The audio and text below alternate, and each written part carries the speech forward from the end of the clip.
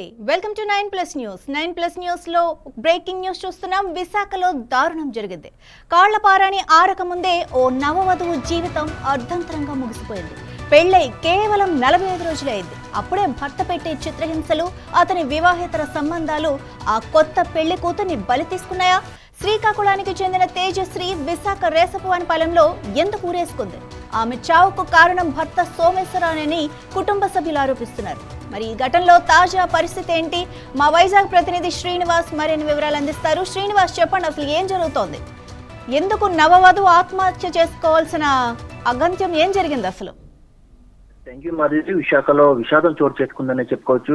పెళ్ళై కేవలం 45 రోజులకే నవ వధువు తనువు చాలించిందనే చెప్పుకోవచ్చు.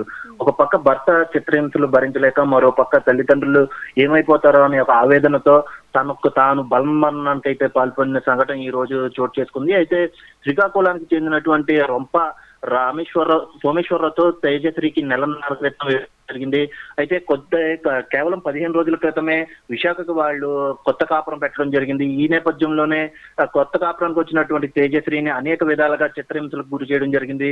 అదనపు కట్నం కావాలంటూనే పదే పదే తేజశ్రీని అయితే చిత్రహింసలకు గురి చేయడం జరిగింది.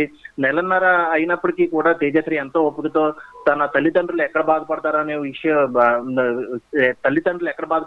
ఉద్దేశంతో తల్లిదండ్రులకి వీళ్ళిద్దరి మధ్య జరుగుతున్నటువంటి సంఘటనలు ఏవి కూడా తల్లిదండ్రులకి తెలియకుండా తేజశ్రీ అయితే చెప్పుకుంటూ వచ్చింది. అయితే గత 7వ తారీఖున భారీగా ఇద్దరికి మధ్య గొడవ జరిగింది. ఈ గొడవతో కాస్త అనేక మలుపుల మధ్య తల్లిదండ్రులకి ఈ సంఘటన కూడా తెలియదు.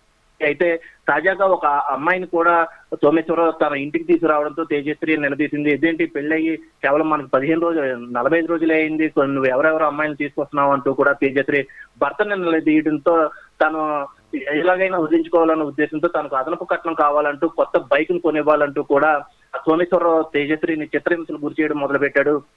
అయితే గత 20 రోజుల నుంచి కూడా వీళ్ళిద్దరి మధ్య అనేక ఘర్షణలు చోటు చేసుకుంటా ఉన్నాయి. అయినప్పటికీ కూడా తేజశ్రీ తల్లిదండ్రులకు చెప్పకుండా తనే సతమతం అవుతూ కూడా ఏం చేయాలనే పరిస్థితి అర్థం కాక తనకు తానే తనువు చాలించిందనే చెప్పుకోవచ్చు. శ్రీనివాస్, మరి ఎందుకు తేజశ్రీ తల్లిదండ్రులకు చెప్పలేదు? ఇప్పుడు వాళ్ళు ఏమంటున్నారు? తల్లిదండ్రులు, బంధువులు ఏమంటున్నారు? అయితే పెళ్ళే కేవలం నెలన్నర కావటం, వాళ్ళు కూడా ఆర్థికంగా ఇప్పుడే నిలదొక్కుంటున్న టైం, పెళ్ళై కేవలం నెలన్నర అవడంతో ఈ విషయాన్ని అయితే 2 రోజుల క్రితం తమ మధ్య జరుగుతున్నటువంటి సంఘటన అయితే తల్లికి చెప్పడం జరిగింది. అయితే తల్లి కూడా సర్ది చెప్పడం జరిగింది. కొత్త కాపురంలో ఇలాంటివన్నీ మామూలే, ఇద్దరు అర్థం చేసుకుని కలిసిమెలిసి ఉండాలి, కానీ ఇలా ప్రతిసారి మాకు ఫోన్ చేయొద్దు అంటూ కూడా తల్లి మందలించడంతో తేజశ్రీ కాస్త మెంటల్ గా కూడా ఇబ్బంది పడిందనే చెప్పుకోవచ్చు. ఎవరికి చెప్పుకోవాలో తెలియని పరిస్థితిలో పక్క టార్చర్ అనుభవించలేక, తల్లిదండ్రులకి ఈ బాధలు చెప్పలేక తనకు తాను ఈ రోజు ఉదయం ఉరివేసుకుందని తల్లిదండ్రులు అయితే చెప్తా ఉన్నటువంటి పరిస్థితి. 2 రోజుల క్రితమే తనకి ఫోన్ చేసింది. అయితే కొత్త కాపురంలో ఇలాంటివన్నీ సహజమే, మీరు ఏదో సర్దుకుని భార్యాభర్తలు ఇద్దరు కూడా కలిసి కాపురం చేయాలని తల్లి మందలించడంతో ఒప్పుకుంది. అయినప్పటికీ సోమేశ్వరరావుతో ఉన్నటువంటి ఘర్షణలు అవి తరచు పెరుగుతూ ఉన్నాయి. అయితే నిన్న రాత్రి ఒక అమ్మాయిని సోమేశ్వరరావు తన ఇంటికి తీసుకురావడంతో తేజశ్రీ ఉంది. దీనికి సంబంధించి తేజశ్రీ ఇదేంటి, కొత్తగా పెళ్ళయి ఇంకా 45 రోజులు అవుతున్నప్పటికీ కూడా అమ్మాయిలతో ఫోన్ లో మాట్లాడడం, అమ్మాయిల్ని ఇంటికి తీసుకురావడం సరైన పద్ధతి కాదంటూ కూడా తేజశ్రీ అయితే చెప్పడం జరిగింది. అయితే దీంతో సోమేశ్వరరావు ఆగ్రహానికి గురైనట్టుగా కూడా తల్లిదండ్రులు పరిస్థితి. అయితే నిన్న రాత్రి ఇది ఘర్షణ కాస్త పెద్దగా జరిగిందని కూడా తల్లిదండ్రులు అయితే 3వ పట్టణం పోలీస్ స్టేషన్ కి అయితే తెలియజేయడం జరిగింది. అయితే ఈ రోజు ఉదయం తనకి తాను బలమరణానికి పాల్పడింది, తన ఆత్మహత్య చేసుకుందని సోమేశ్వరరావు ఫ్రెండ్ తేజశ్రీ తల్లిదండ్రులు తెలియజేయడంతో నుంచి ఒకటిన విశాఖ తేజశ్రీ తల్లిదండ్రులు చేరుకున్నారు. అయితే ఏదైతే తేజశ్రీ బాడీని చూసిన ఆ తల్లిదండ్రులు వెంటనే 3వ పట్టణం పోలీస్ స్టేషన్ కి కంప్లైంట్ చేయడం జరిగింది. కేవలం చిత్రహింసలకు గురి చేసి తన కూతుర్ని బలమరణానికి పాల్పడే విధంగా గురి చేశాడంటూ కూడా సోమేశ్వరరావుపై అయితే కేసు నమోదు చేయడం జరిగింది. అయితే అదే సమయంలో సోమేశ్వరరావుతో పాటు మరో 3 ఫ్రెండ్స్ కూడా అక్కడ ఉండడంతో వీళ్ళు 3 ఏదైనా చేశారా అనే దానిపై ఏదైనా కావాలనే ఇదంతా చిత్రీకరించారని కూడా కంప్లైంట్ ఇవ్వడం జరిగింది. అయితే దీనికి సంబంధించి పూర్తి వివరాలు కూడా తెలియాల్సింది. అయితే పోస్ట్ మార్టం నిమిత్తం ఇది నిజంగా ఆత్మహత్యేనా లేకపోతే హత్యగా ఏమైనా కనిపించాయా?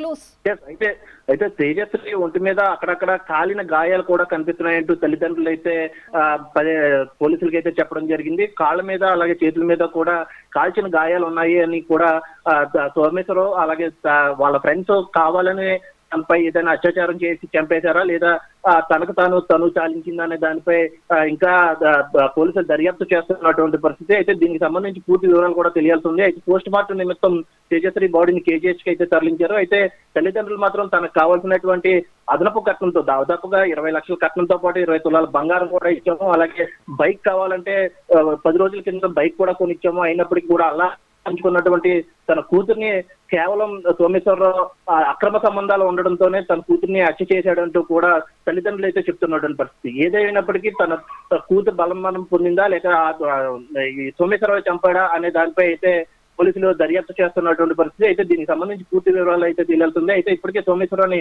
అదుపులోకి కూడా తీసుకోవడం జరిగింది. అయితే ఏదేమైనప్పటికీ ఆ రామా టాకీస్ వద్ద ఉన్నటువంటి అద్దె ఇంట్లో సోమేశ్వరరావు ఆల్రెడీ ఒక లేడీస్ హాస్టల్ కూడా నడుపుతున్నాడంటూ కూడా తెలుస్తా ఉంది. అయితే అక్కడ ఉన్నటువంటి కొంతమంది అమ్మాయిలతో సోమేశ్వరరావుకి అక్రమ సంబంధం కూడా ఉన్నట్టుగా అయితే తెలుస్తున్నటువంటి పరిస్థితి. అయితే దీనికి సంబంధించి పూర్తి వివరాలు తెలియాల్సి ఉంది. అసలు సోమేశ్వరరావు గురించి దర్యాప్తు అయితే చేపట్టారు. అలాగే ఆ స్పాట్ లో ఉన్నటువంటి తేజశ్రీ ఉదయం చనిపోయినప్పుడు తల్లిదండ్రులు శ్రీకాకుళం నుంచి ఎక్కడైతే తేజశ్రీ అద్దుకుంటుందో ఆ ఇంటికి చేరుకున్నారో ఆ సమయంలో సోమేశ్వరరావుతో పాటు మరో 3 స్నేహితులు కూడా అక్కడే ఉన్నారు. అయితే తేజశ్రీ చనిపోయిన విషయం కూడా తేజశ్రీ తల్లిదండ్రులు తెలియజేయలేదు.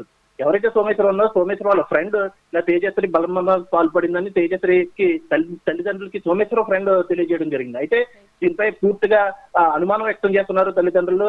తమ బిడ్డకి న్యాయం చేయాలి, కేవలం 45 రోజులే ఆ పెళ్లి అయినప్పటికీ కూడా తన కూతురు తను చాలించడంతో తల్లిదండ్రులు అయితే ఆవేదన వ్యక్తం చేస్తా ఉన్నారు. అసలు ఇప్పటికీ తేజశ్రీని చూసి బంధువులు కూడా ఆవేదన వ్యక్తం చేస్తున్నటువంటి పరిస్థితి. ఏదైనప్పటికీ కూడా తేజశ్రీకి న్యాయం జరగాలి, అప్పటి వరకు కూడా ఇక్కడ నుంచి కదిలే పరిస్థితి లేదు అంటూ కూడా 3వ పట్టణ పోలీస్ స్టేషన్ కి అయితే ముట్టడించడం జరిగింది.